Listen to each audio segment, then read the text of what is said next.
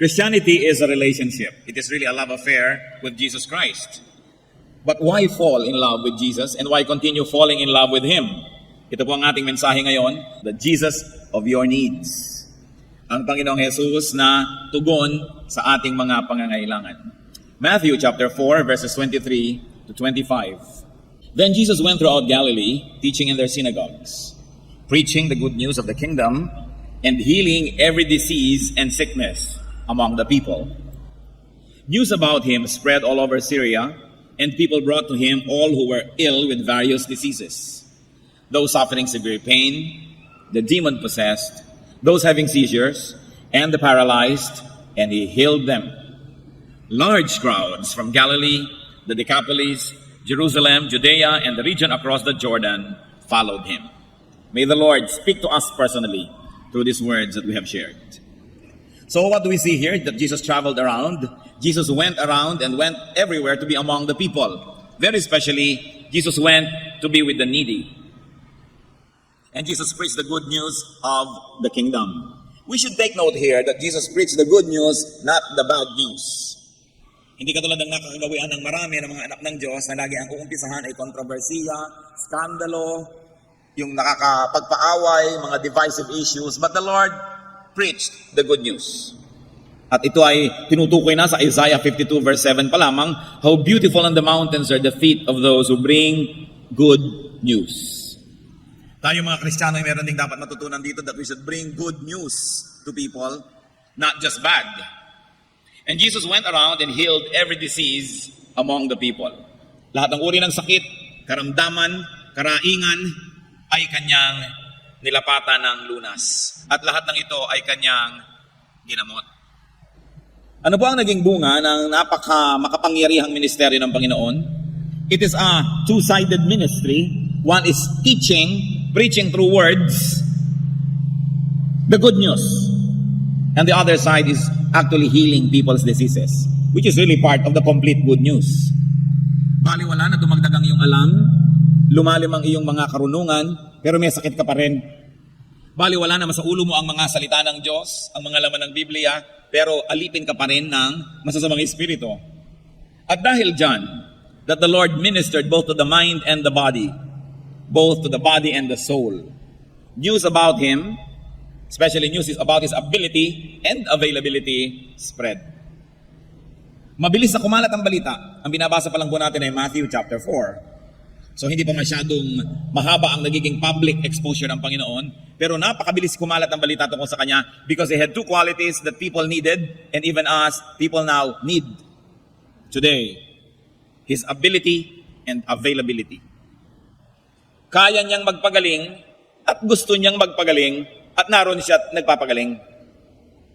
Kaya niyang magpalayas ng masasamang espiritu sa mga inaalihan nito at gusto niya magpalayas at naroon siya at nagpapalayas nga ng masasamang espiritu. So what happened? People were brought to Him. Ganun na lang ang lalim ng pangangailangan ng mga tao na napakabilis kumalat sa panahon na wala pang telepono, walang text, walang cellphone, walang fax, walang telegrama, kumalat ng napakabilis ang balita. Sapagkat ang mga tao ay uhaw na uhaw sa ganitong uri ng pag-ibig. Pag-ibig na nagpapagaling at nagpapalaya. But we must never forget that His initiative to connect with the people was only reciprocated by the people. Dahil inuna niya at siya ang naunang lumapit sa mga tao at nagpagaling at nagturo. Nangyari ngayon na kumalat ang balita, ang ibang mga tao ngayon ay sila na ang lumalapit sa Panginoon. Dahil nauna na lumapit ay ang Panginoon. And what were the added types of burdens here and difficulties and illnesses? Severe pain. Isa po sa aking, malapit sa aking puso na ministry is to manage pain. Lalong-lalo yung mga cancer patients. Yung sinasabi nilang talagang hindi na pwedeng dugtungan pa ang buhay dito sa lupa. At pagkatapos ay sobrang hirap ang dinadanas bago sumakabilang buhay. Ito po isang ministry na gusto kong magawa natin ng paraan to be able to manage pain of people that if their physical death cannot be avoided, it cannot be delayed, at least to minimize their pain. At kung kayo po ay nagkaroon na ng mga kamag-anak mahal sa buhay na nakaranas ng ganitong uri ng mga kasakitan, alam niyo ang ibig kong sabihin. People with severe pain were brought to the Lord, and the Lord healed them. You have no control over severe pain. And then people with demonic possession, tinitirhan ng masasamang espiritu ang kanilang lupang katawan. You have no control over these spirits. You needed somebody that had greater power than those spirits. And those people were brought to the Lord. Once more, people have no control of themselves and their lives. And they were set free by Jesus. Then those who had seizures, yung mga biglang nalang kikisay, biglang bubula ang bibig, biglang manginginig at biglang tumutumba, wala kang control dyan, hindi mo alam kung kailan darating.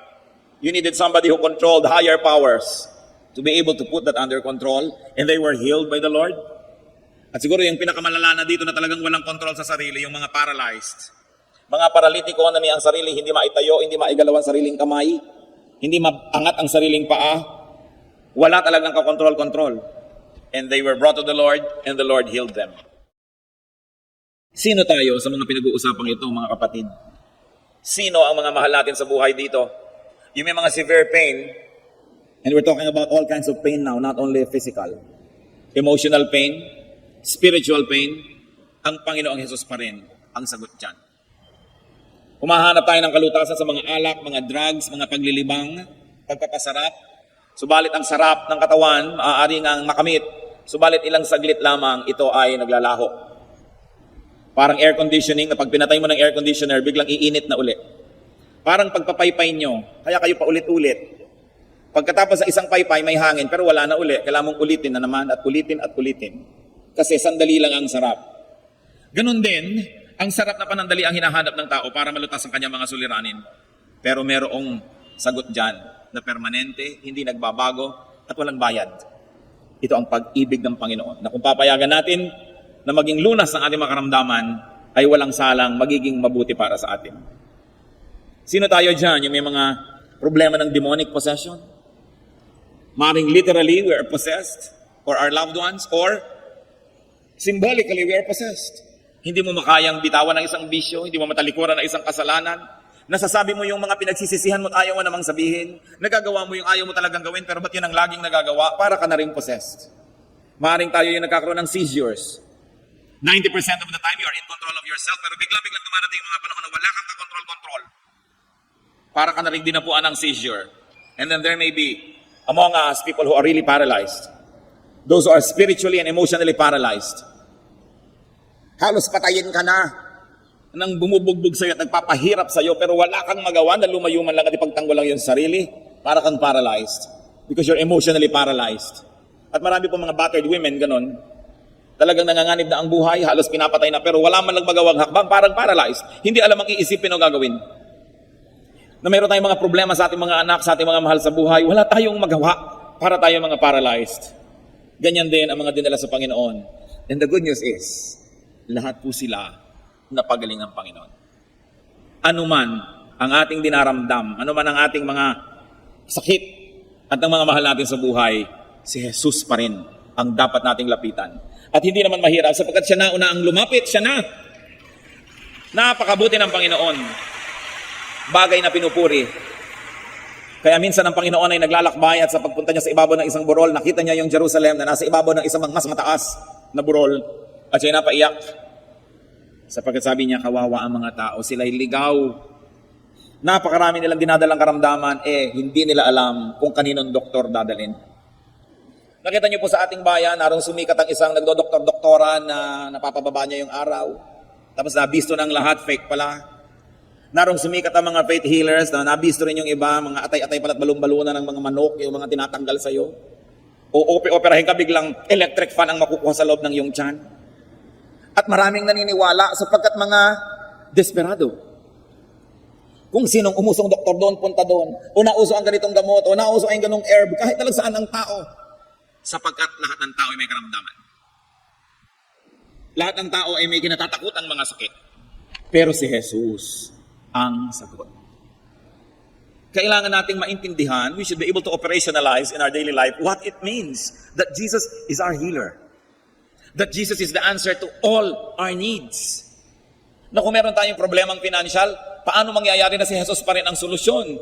Kasi yung iba sasabihin nila, ang taong nagigipit sa patali may kakapit. So gagawa ng mga ibang paraan para malutas ang problema. Definitely mga paraan na hindi maka-Diyos. Definitely mga paraan na hindi turo ng Diyos. So anong nangyayari? Sinasabi natin, hindi solusyon si Jesus sa problema kung ito. Kailangan si Satanas ang solusyon dito. Kailangan gumawa ako ng mali para masolve to. Kasi kung tama lang, hindi pwede. Kailan natin lubos na mauunawaan ang ibig sabihin that Jesus is the answer to all our needs. And the sooner we realize that and operationalize that and make that happen in our lives, the sooner we're going to enjoy the kingdom of heaven. Whatever it means, whatever among its many meanings may be relevant to you. So we should take note that the Lord's patience were bothered or controlled by forces beyond their power. Tulad din ng marami sa atin ngayon, they needed power beyond that of their tormentor. Kailangan higit sa nagpapahirap sa kanila ang kapangyarihan ng lulutas.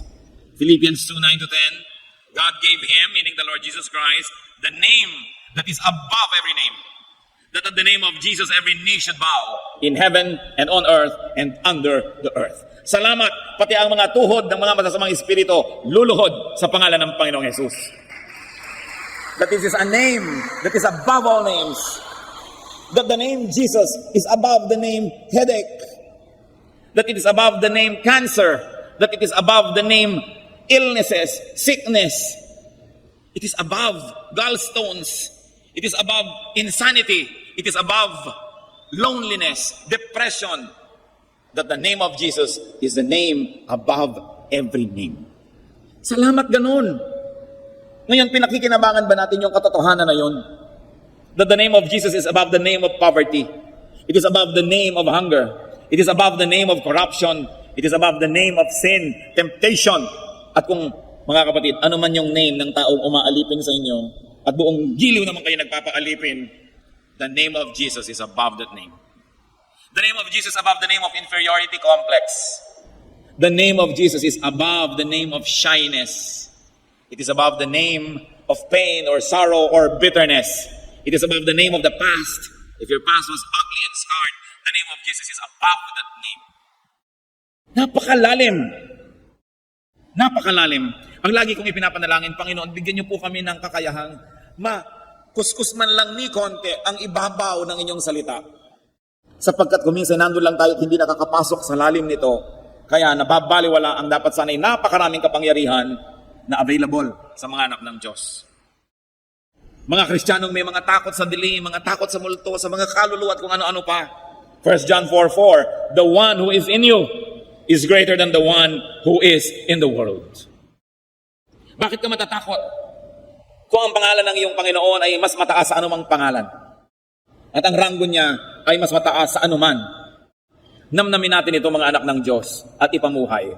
And definitely, you will realize that Jesus loves you. Ginawa ng Panginoong itaas ang kanyang pangalan at na-maintain niya yon. Salamat. Sapagkat kung siya ay nagkasala nung siya ay nabuhay sa lupa, kung siya ay nagpakahina, bumigay, hindi na niya makiklaim that His name is above every name. Mawawalan tayo ng kampyon, mawawalan tayo ng tagapagtanggol, mawawalan tayo ng tatakbuhan, alang-alang sa atin, talagang pinaghirapan ng Panginoon na malampasan ang lahat ng pagsubok. Kaya dapat tayong laging nagpapasalamat sa Kanya. At kung humaharap sa pagsubok, alalahanin kung sino siya, na siya'y tagumpay, walang dahilan para matalo ang kanyang mga anak.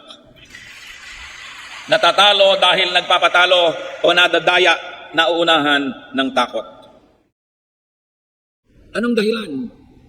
Sapagkat mahal tayo ng Diyos, kaya niya ginagawa yon. At yon ay naramdaman ng marami. So Jesus was followed by people. Walang gimmick. Hindi niya sinasabing, tuwing linggo, 3:00 ng hapon, magpapagaling ako, dahil lahat ng may sakit. Hindi niya kailangan gawin yon. Hindi siya nangangako ng kung ano-ano. Walang mga devices to attract people. The attraction of Jesus was the power of His words. The words that appealed to the mind and the words that quenched the longings of the Spirit. And He was followed by people from Galilee, from everywhere. Inisa-isa po yan sa Biblia at hindi maliit na bagay na inisa-isa. Ang mga sumunod sa Kanya from Galilee, from the Decapolis, from Jerusalem and Judea, and from the regions across the Jordan. In other words, lahat ng mga lugar, may mga kinatawan na sumusunod sa Kanya. Jews and Gentiles alike, the young and old, men and women. The wise and the not so wise, the learned and the not so learned, the rich and the poor follow the Lord. Ano pang mga challenges ng katotohanan na yan, mga kapatid? That the lovable Jesus did the first move. He did the first move to be with people, to teach, and to heal. John 1:14, the Word became flesh and made His dwelling among us. Nagsakatawang tao ang Panginoon para makiisa, makibilang, makisangkot, makihalubilo sa atin. Sapagkat di natin kaya, ang Panginoon, siya na ang lumapit. And already able, because He is the Son of God, He made Himself available. And because the Christian must be like Christ, Christian, you must be able. Siyempre may ability tayo. Hindi naman napupunta sa isang tao ang lahat ng abilidad, lahat ng kakayanan. But every person is gifted by the Holy Spirit to have an ability. May ability kang mag-encourage, may ability yung isa mang-rebuke, may ability yung isa na tumulong, may ability yung isa na manalangin, may ability na umawit, kung ano-ano. But you should not stop at being able. You should be available. Just like Jesus. You must be available. Hindi mo pwedeng ipagkait ang abilidad na ibinigay sa iyo ng Diyos, lalong-lalo sa kanyang iglesia, lalong-lalo sa church, which is His body, of which the head is Jesus. If you are not present, if you do not surrender your ability to the body, you are cheating all of us. Because God gave you an ability to be part of the patrimony of the whole church. Parang ikay bawang, absent ka, paano magkakaroon ng ginisa? Ang present lang yung sibuyas at kamatis. Magsisigang sa miso, ikaw yung miso, absent ka, di hindi sinigang sa miso. Ano pang ability nyo, mga kapatid? Alam nyo yan?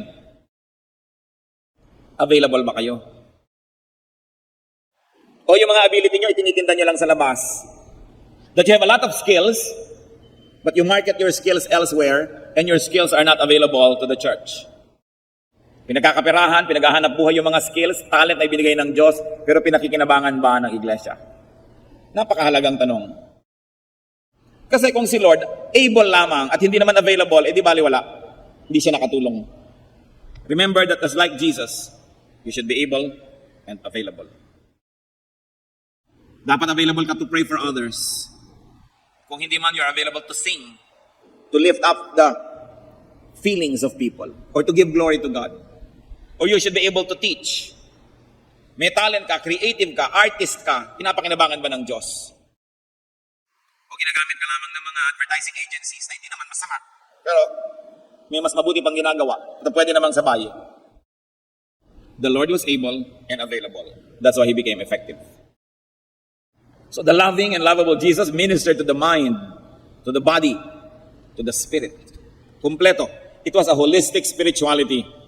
Hindi katulad ng nangyayari sa maraming Christian groups ngayon o Kristiyanong tao. May mga grupo, puro doctrine, teaching. Pero wala namang healing. Walang love. Puro karunungan. Meron naman healing. Walang doctrine. Kaya kahit na may dumating na hangin, ay sabi sa akin ng Diyos, hangin lang pala yun. May nakita lamang na formation ng nilugaw, merong vision. Kasi mahalaga po may doctrine and teaching. Yan ang ginawa ng Panginoon. He went to teach and preach. At kadobol, He healed people. For the mind, for the heart, for the body, for the spirit. Hindi yung puro ka-teaching, wala ka naman pag-ibig, wala kang tulong sa kapwa, wala kang ginagawa, at yung karunungan mo pa nagiging dahilan para ka maging hambog at maging mayabang. Meron naman talaga, puro na lang supernatural gifts, healing at kung ano-anong mga kababalaghan, pero walang teaching, kaya madaling pasukin ng mga masasamang espiritu para iligaw. Dapat balanced. You should be balanced, and we should, because we are balanced, minister to the total person. Nakita niyo po ang Panginoon, total yung ministration. May preaching at saka may mga pagpapagaling. Mag-iingat kayo sa puro pagpapagaling, puro himala, puro dasal, puro kung ano-ano kababalaghan, pero walang intelligent teaching. Dahil madali ang madala sa kamalian.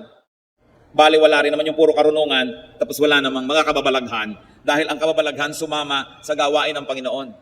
Kasabay. And make sure that you get ministered to as a total person. I was speaking with one friend, at sabi niya, ang galing-galing talaga ng tatay ko. Hanga sila sa tatay nila na sumakabilang buhay na. Nung magkokolehiyo kami, Miniting kami magkakapatid. At sabi, pinag-uusapan kung anong pag-aaralan namin sa kolehiyo. At ang tanong ng tatay namin, sabi niya, ano ba yung hindi nyo masyadong gusto o medyo ayaw nyong pag-aralan o gawin? Sinabi yun ng mga anak, ayoko ng engineering, ayoko ng gano'n kasi maraming math. Ito naman, ayoko ng arts kasi ganito, gano'n. Ito, ayoko ng gano'n, ganyan, ganyan. Alam niyo sabi ng tatay nila, at sinunod naman.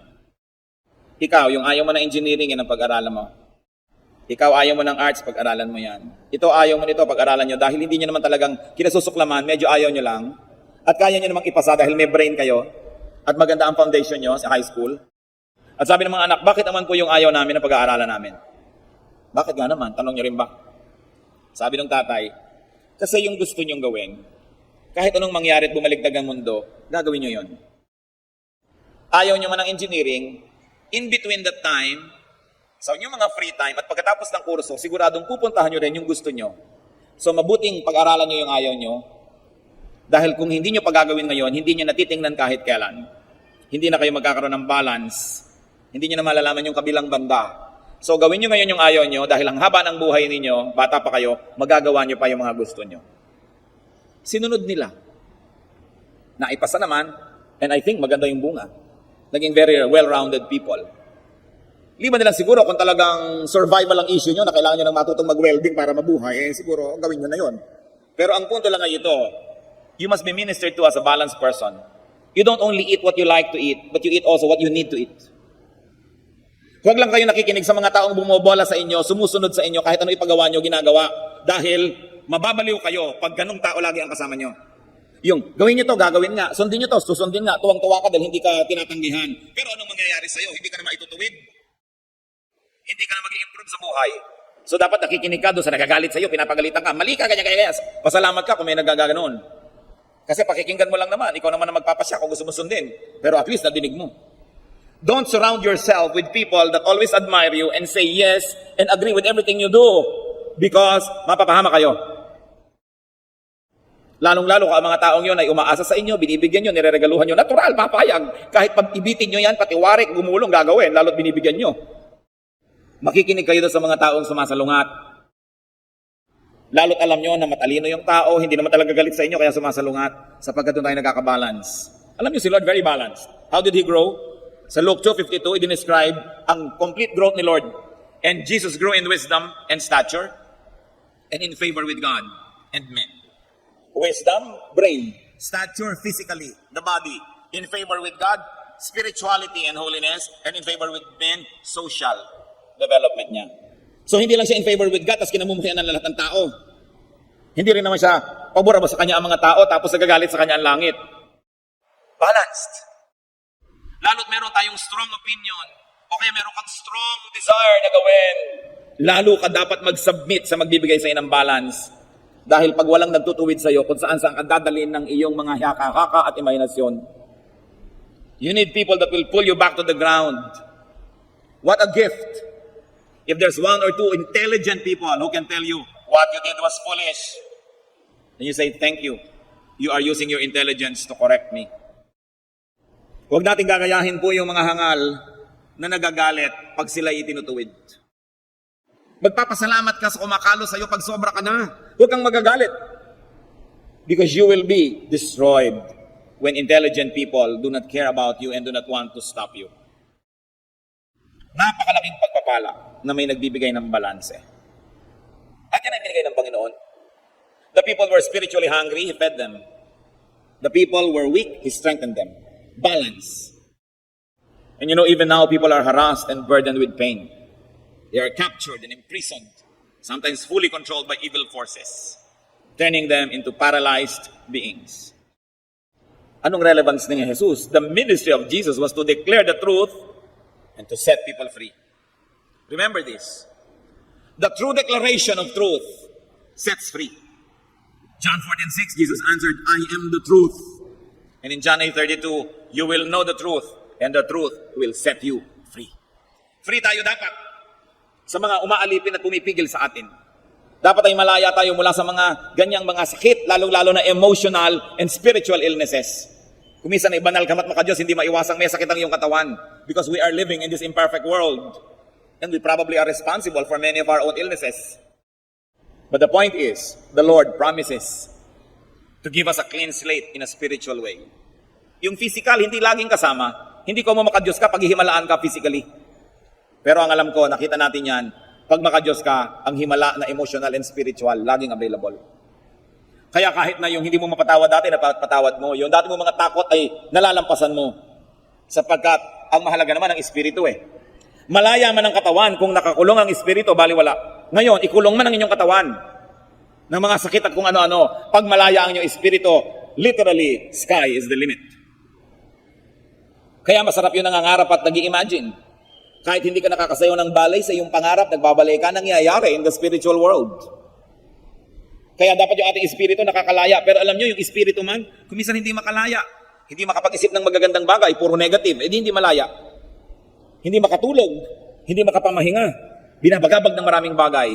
Diyan, lalong-lalo na, napakahalaga ng himala ng Diyos. Meron magtatanong, Pastor, bakit nagdasal na kami ng nagdasal? Paralyzed pa rin ang nanay ko. Hindi naman obligasyon ng Diyos na lahat ng hinihingi natin ibigay niya at hindi yan kasama sa ipinangako. Pero ang pinapangako, spiritual freedom, emotional freedom, at higit naman yun na mahalaga. Pero, paano po nagpalaya ang Panginoon? Paano nagpagaling? Teaching first. Preaching first. Healing follows.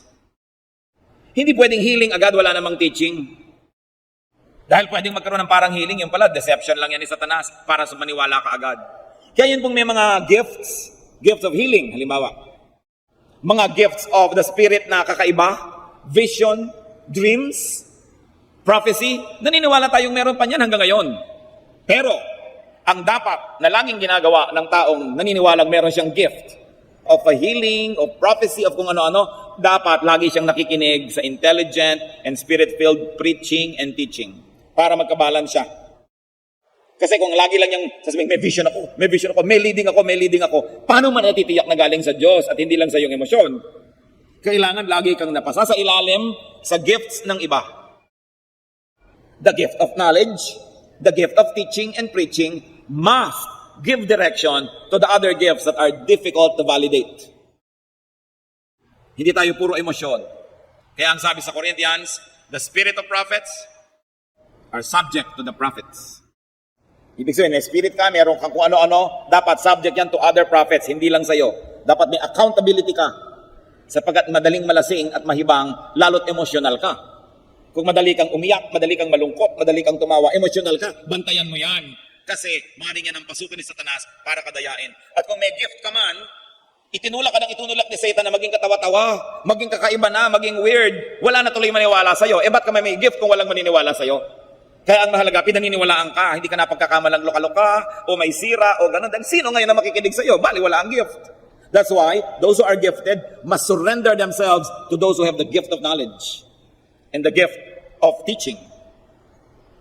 Then there will be balance. Ang mga sobra ay nakakalos, ang rough edges ay kumikinis, all for the glory of God. Kaya nga po kuminsan, marami mga churches, ang nagiging problema nila, yung mga madadasali na members, at saka yung mga mahilig sa mga kung ano-anong gift, umaattend ng seminar dito, aattend doon, tapos dala-dala sa church, yung kung ano-anong katuruan. Dahil kung hindi nabibigyan ng kontrol yung mga yan, lumalaki kuminsan ng loob na kami ang kinakausap ng Diyos, kami ang mga prayer group, sa amin nire-reveal ang lahat, yumayabang at nag-i-split ang church. Tell me, pag ganun ang nangyari, galing ba sa Diyos ang espiritu na yon? Kaya dapat itinutuwid, inilalagay lahat sa lugar. Gusto ko pong bigyan ng diin. Ang lahat ng may spiritual gifts, lalo fabulous gifts, must surrender to the pulpit and to the education department of the church. Because it is the knowledge that is verifiable that will validate the occurrences and events that are too difficult to validate. Dapat merong ganong kontrol. Ngayon, if you encounter the truth, if you encounter the Lord, dapat ang kasunod, freedom. Nakita niyo si Zacchaeus, when he encountered the Lord Jesus Christ, biglang sabi niya, Lord, half of my money I'll give to the poor. Lahat ng aking mga dinaya, ibabalik ko, times 4. May natira pa kaya sa kanya? Siguro wala na. Pero bakit siya naging free? Marahil ang Diyos niya noon, pera. Kaya ngayon na si Lord na ang Diyos niya, yun ngayon ang patatoon niya na iba na ang Diyos niya, hindi na pera, bali wala na sa kanya. Pero kung hindi naman yung pera ang Diyos, hindi ko man na-convert kayo kay Lord at naging Savior niya siya, ipapamigay niyo na nga yung pera niyo kasi hindi naman yun ang Diyos niyo, hindi naman kailangan tanggalin. The Samaritan woman, anti-social, alas 12 na tanghali, iigib para walang makitang kapwa-tao doon sa balon. Pero nung na-encounter niya ang Panginoon, pumunta pa sa village, sabi niya, I have met somebody. Kailangang makilala niyo siya at hinakot yung mga tao sa Panginoon para maturuan. Yung babae na nag-iipon ng kung ano-ano mga pabango para sa kanyang sarili, nung nakilala niya ang Panginoon at nakalaya siya, yung pabango niyang mahal, binasag niya at binigay niya sa Panginoon. Because when you encounter the truth, the automatic result is freedom. Ito ngayon ang tanong, are you free? Alam nga naman, lagi mo nadidig yung salita ng Diyos, tapos kirida lang, di mo maiwan-iwan. Alam nga naman na nakikinig ka lagi at nagba-Bible study, pero bisyo lang, hindi mo matalikuran. You are not free. Kailangan, after the truth is heard, freedom follows.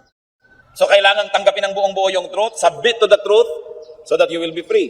Galatians 5:1, it is for freedom that Christ has set us free. Teaching without healing is only half the work and pointless. Talagang yung tunay na teaching, powerful and truthful, must set people free. At pag kayo po napapalaya ng inyong nadidinig, sigurado, susundan-sundan nyo kung kanino nyo man yun nadidinig.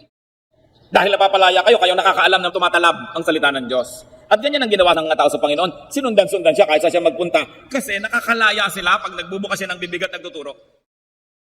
At hindi lang yon, gumagaling sila physically, which of course is the most dramatic but the least significant of all healings. Yung physical healing, yung nakahigang tumayo, yung pilay na naglakad, dramatic yan. Pero mababaw yan mga kapatid. Mas malalim yung hindi physical ang healing, kundi emotional. Spiritual. Yung dating hindi niya makitang katotohanan, nakita na. Yung dating hindi magkalakas ang loob na gawin na mabuti, ngayon ginawa na. Yun ang mas malaking himala. Kaya lang ang mga tao, mabababaw. Ang pinaka gusto natin laging nakikita, yung pangkatawan, yung pang-physical. Kaya iba tuloy, yun ang mga gimmick nila at mga trick para maraming makinig. Yung mga healing in front of the TV, blah, blah, blah, blah, blah. Makakapagsalita na, hindi mo noon malaman kung artista ba yun o inilagay doon. You know, kailangan i-emphasize yun because most of the people are always longing for physical manifestations. Kaya dinadaya tayo ng mga espiritu, lagi may mga physical, dyan ang hilig ng tao. Nawa, sa maiksing buhay natin, gumradyo tayo lahat sa spiritual level na masasabi nating, Lord, may sakit ang binti ko, pagalingin niyo po. Pero kahit hindi niyo pagalingin ito at masakit pa rin, maniniwala pa rin ako sa inyo. Dahil marami kayong pinapagaling sa akin na iba na spiritual, na hindi nakikita ng tao, hindi madaling bilangin o sukatin, pero sa akin mas mahalaga yun. Na hindi po natin laging ina-equate yung ating spirituality at yung pag-ibig ng Diyos sa nakikita ng mata. Sabi, Lord, may sakit ang nanay ko, magawa na ako, pagalingin niyo po, pero kahit hindi niyo pagalingin, naniniwala ako sa inyo. Dahil alam kong maraming paraan ng pagpapagaling ang ginagawa niyo sa amin, hindi lang ito. Huwag nating ibabase sa nakikita lang ng mata ang kapangyarihan ng Diyos. The truth is, God is spirit, and we really are spirit. Itong katawan natin na ito ay kulungan lang ng ating espiritu. Kaya pag namatay na ito, nakakalaya ang ating espiritu. Doon natin makikita ang tunay na mahalagang bagay espiritual, hindi physical. So huwag tayong padayang ganun kahalaga yun. Bagamat mahalaga sa pansamantalang panahon. But what is not important 10,000 years from now is probably not really important. What is important is that which is eternal, that which is spiritual, that is beyond the eyes, the nose, the ears. Spiritual. Now, thank God because it doesn't change. God doesn't change. Hebrews 13:8. Jesus Christ is the same yesterday and today and forever. Sadly, people are still the same. Tulad ng sa binasa natin, needy of teaching, of good news, of healing, of freedom. Christians like Christ can and should be agents of teaching and healing and freedom. Kailangan makita natin na nagagamit tayo ng Panginoon para sa kagalingan ng iba, para makapagturo, to preach the good news. Of course, as we have already established, healing can be physical, healing can be spiritual. Kung sobra kayong pinagpala, parehong pagpapala dumadating. Pero kahit wala yung physical, yung tayo pinatawad sa ating mga kasalanan, yun ang pinakamalaking healing na importante. Yun ang ticket natin to eternity, that you have been made whole through the blood of Jesus. Whether or not you are dismembered physically, whether or not you are ill physically, that your soul is going to God when you die is already the biggest healing of all. Yun pa lang, salamat na, kahit wala na ibang dagdag. Kaya hindi na tayo masyado dapat palakasa. Kinokondisyon na ng Diyos. Diyos ko, pag pinagaling mo po ako, itong gagawin ko. Ba't hindi pa ba sapat sa yung pinagaling ang iyong kaluluwa? Na pag bigla kang namatay dyan, pupunta ka sa presensya ng Diyos. Let us not be deceived by that which is seen by the eyes. Now, Jesus always goes to people, even now. Sabi niya sa Revelation 3:20, "Here I am. I stand at the door and knock. If anyone hears my voice and opens the door, I will come in and eat with him, and he with me."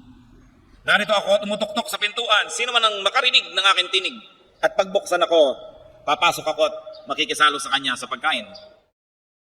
Sa Israel po at sa mga desert cultures sa Middle East, yung makisalo ka sa hapagkainan sa isang tao ay napakabanal na gawain. That if I ate with you, it means I will die for you, if needed. So hindi lang basta't merienda o kainan itong pinag-uusapan ng Panginoon. Sabi niya, kumakatok ako sa pinto, pag pinagbuksan mo ko, I will die for you.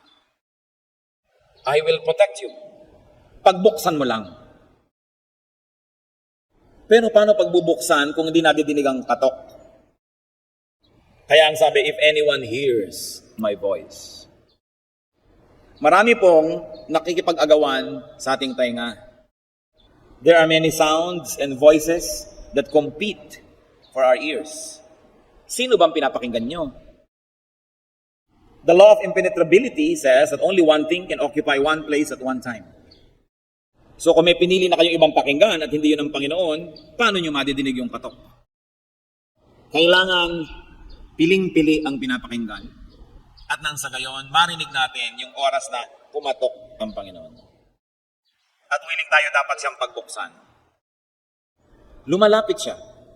At kung di man siya, nakikita natin nadidinig na lumalapit, edi tayo ang lumapit. Sabi sa Jeremiah 29:13, "You will seek me and find me when you seek me with all your heart." May magsasabi, "Pastor, bakit po ganun? Parang ang layo ng Diyos. Ano man ang pagsisikap ko, hindi ko siya makita." Sabi ko, ginagawa mo sinungaling ang Diyos. Sabi sa Jeremiah 29:13, "You will seek me and find me if you seek me with all your heart." Baka hindi buong puso ang paghahanap mo. Naghahanap ka pero may kondisyon. Susunod ka pero may kondisyon. Pero pag hinanap mo ng buong buo at handa kang tanggapin kung anong matagpuan mo, handa kang sundin kung anong madinig mo, sabi niya, walang duda, you will find me. So God can be found. More importantly, God finds us. Kung mabalikan po natin yung kasaysayan, lahat ng uri ng tao sa lahat ng lugar, nagkita-kita sa paanan ng Panginoon at nagkaisa na kailangan nila ang Panginoon. The teachings and ministrations of Jesus actually united and up to now should unite people. Hindi dapat pinag-aawayan ang salita ng Diyos. Hindi dapat naghahati-hati ang mga anak ng Diyos. Nagkakahati-hati dahil sinusunod ang mga sariling luho, ang sariling kagustuhan, ang yabang, ang pride. But you see, when the Lord taught and when the Lord healed people, every type of person gathered around Him. Dapat hanggang ngayon ganun. Kung tayo po nakafocus sa salita at pagtuturo ng Diyos, at nakafocus tayo sa kanyang healing ministration, no issue can divide us. Hindi dapat naghihiwa-hiwalay, hindi dapat nagkakanikan-nya. Pero nangyayari yon when we are no longer focused on the teachings of Jesus. When we get focused on ourselves. When we are no longer focused on the healing possibilities through Jesus. And we want to be the healers ourselves. Divisive. Kaya ang sabi ng Ephesians 4:3, make every effort to keep the unity of the Spirit through the bond of peace. Every effort. Lahat magtulong-tulong para laging may unity. Isa-isang tabi ang sarili at unahin ang ikabubuti ng katawan ni Kristo. It goes without saying that teaching should not result in division. Hindi pa tapos magturo, nagkahiwa-hiwalay, nagkagakagalit, nagpaligsahan, nag-contest. 1 Corinthians 1:12-13, if one of you says, I follow Paul, another, I follow Apollos, another, I follow Cephas, still another, I follow Christ. Is Christ divided? Was Paul crucified for you? Were you baptized in the name of Paul? Sabi ko sinasabi natin, dito ako sa leader na ito, doon ako dito, nagkakahati-hati. Teka, sabi nga nun, bakit kayo ganyan? Hati ba si Kristo? Hindi. Kaya dapat hindi nakahati ang kanyang katawan. Sino man ang gumagawa para ito'y guluhin, hatiin, yanigin, paghiwa-hiwalayin ng mga anak ng Diyos, ay hindi tumutupad sa kagustuhan ng Diyos. Siya ay sumusunod sa kagustuhan ng demonyo. Napakalinaw ng mga salita ng Diyos. At bilang Kristiyano, dapat yung ipinaglalaban, sinisikap, ginagawa ang lahat, that you be taught about the kingdom of God, that you experience the kingdom of God, that you be healed at various levels, and in many ways. So welcome Jesus into every room in your house, into every compartment of your heart. Go to Jesus and bring others to Him. If you are a faithful Christian servant, you will go to people. Kayo mismo. Hindi ko maisip na may mga tao na nakatanggap ng kaligtasan, nakakakilala kay Jesus, pero hindi dinadala yon sa kanyang mga kapwa-tao.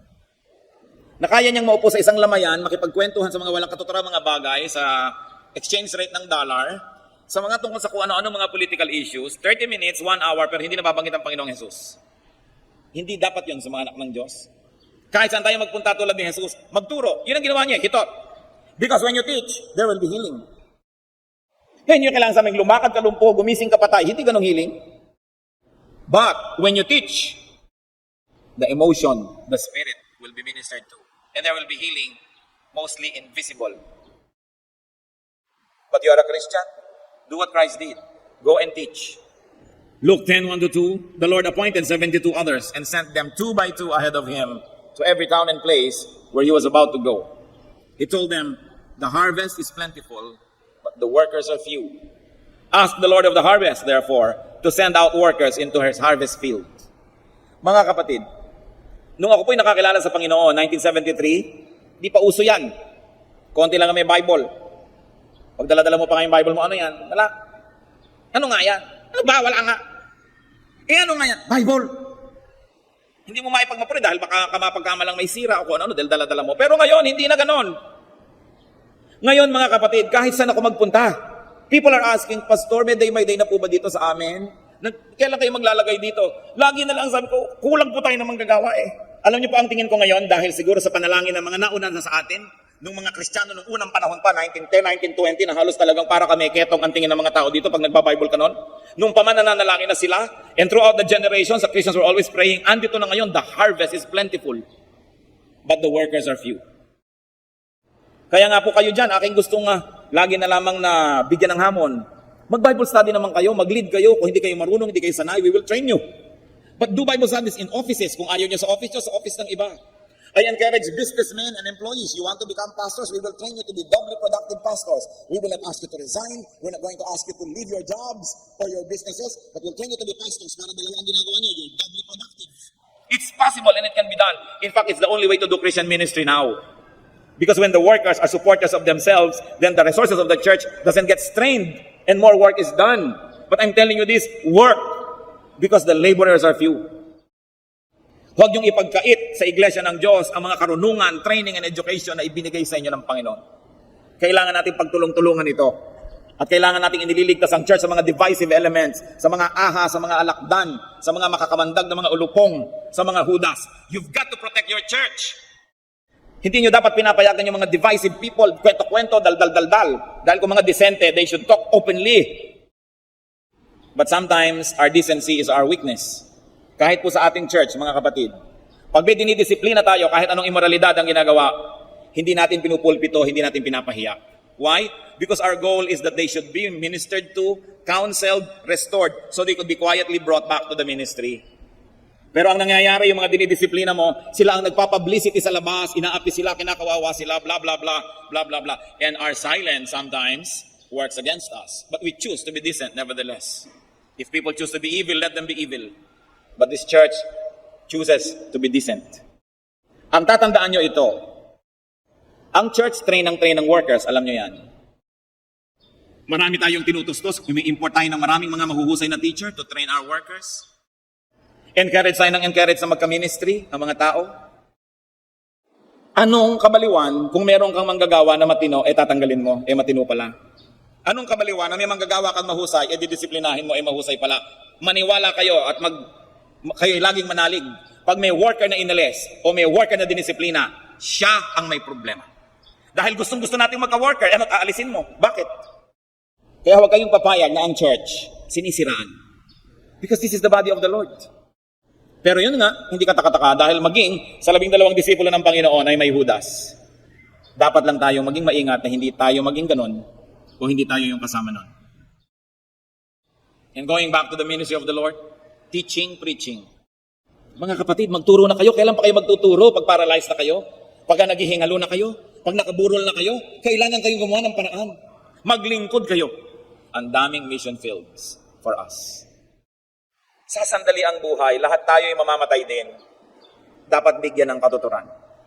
Kung hindi nyo man maibigay ang 100% attention nyo sa work ni Lord, bigyan nyo naman kahit konting pagtingin. Maski kaprasong kabihagi ng ating buhay, huwag lang yung uupo dyan paglinggo and see you next week. Sayang ang mga galing nyo. Talagang naniniwala ako yung aking kutob sa lahat sa inyo, may kanya-kanyang kagalingan, pero available ba? Yung iba naman, magtutulong na nga, pero mga senyor at senyor pa, nandito na ako, nasa na ang chalk, nasa na ang blackboard. Ikaw, iba sister, pagka tumulong ka sa church, bring your own blackboard. Bring your own, buti ka hindi bring your own elevator. Ganun talaga, huwag mong asahan ako, ikaw nag-volunteer work, bigla ka namang isa pang trabaho, asikasuhin ka lamang, at suyo-suyuin. Talagang kakapalan mo ang iyong dibdib, may mga frustration, kumisan yung katrabaho mo, katulad mo rin nagsisimula, hindi rin marunong, o naiinis ka. Pero pag nagpadala ka doon, walang matitira sa army ng Diyos. Kailangan mo, nandito ako dahil tinatawag ako ng Diyos. Kahit ano, pag makita ko dito, mag-enjoy ako at hindi, gagawin ko dahil itong dapat.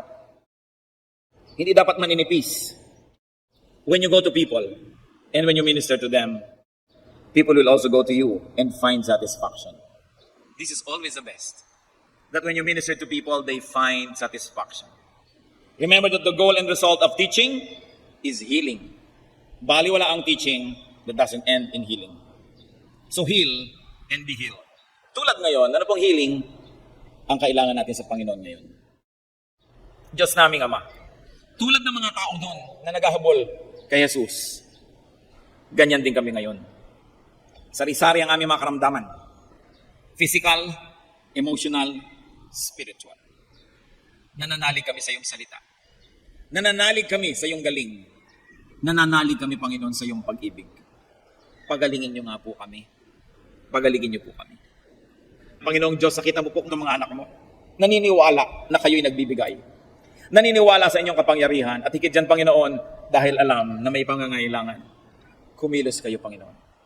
O Lord God, in the name of Jesus, your Son, open the windows of heaven and pour blessings upon these people. Alang-alang sa mga sugat ni Jesus. Alang-alang sa kanyang pagpasa ng krus na mabigat. Alang-alang sa kanyang laman, buto at mga litid na tinagusan ng mga bakal na mga pako, Panginoon. Alang-alang sa dugong tumigis sa kanyang mga bahagi ng katawan at sa kanyang noo, Panginoon, sa koronang tinik na kanyang sinunong. Alang-alang sa kanyang kamatayan at pagkabuhay na muli, Panginoon, ngayon din, hinihiling ko, pagalingin yung mga anak niyong ito. Wala naman kaming ibang lalapitan, kayo lang. Wala kaming nais kilalaning Diyos, kayo lang. Wala kaming matatakbuhan, kayo lang. In your name, O God, is the name above every name. It is above whatever name of illness we have right now. It is above the name of the sickness that we're bringing at the feet of Jesus. Release blessings and give us eyes to see the answer to our request. Pagpalayan mo, Panginoon, ang iyong mga anak. Wala kaming patago, subalit humihingi kami at nangangahas na gawin ito. Ayon sa iyong pangako, ayon sa iyong salita at ayon sa iyong pag-ibig. Mga kapatid, in the name of Jesus Christ, our Most High God, our Savior and Lord, in faith, lift up your hearts and receive what you're asked of Him. He is the same yesterday, today, and tomorrow. God doesn't change. Yung nilapitan nila noon na Jesus, siya pa rin ang Jesus ngayon. Lumapit kayo at tanggapin. Ayon sa iyong pananalig, buksan niyo ang inyong puso. Tanggapin ang pagpapalang ipinagkakaloob na sagot sa inyong hiling. Salamat po, Ama, sa iyong pagdinig. Naniniwala kami, Panginoon, kumilos kayo. Kumilos kayo sa aming kalagitnaan. Walang duda na dumidinig kayo ng mga panalangin. At hindi kayo nagbabago. Thank you, Lord, for healing. Thank you, Lord, for physical, emotional, or spiritual healing. At nawa, Panginoon, sa pagpapagaling mo sa amin, kami naman, sa pagtanaw namin ng utang na loob sa iyo, ay maging kasangkapan mo rin sa pagpapagaling ng iba. Pinupuri ka namin, Ama, sa ngalan ng iyong anak na si Jesus.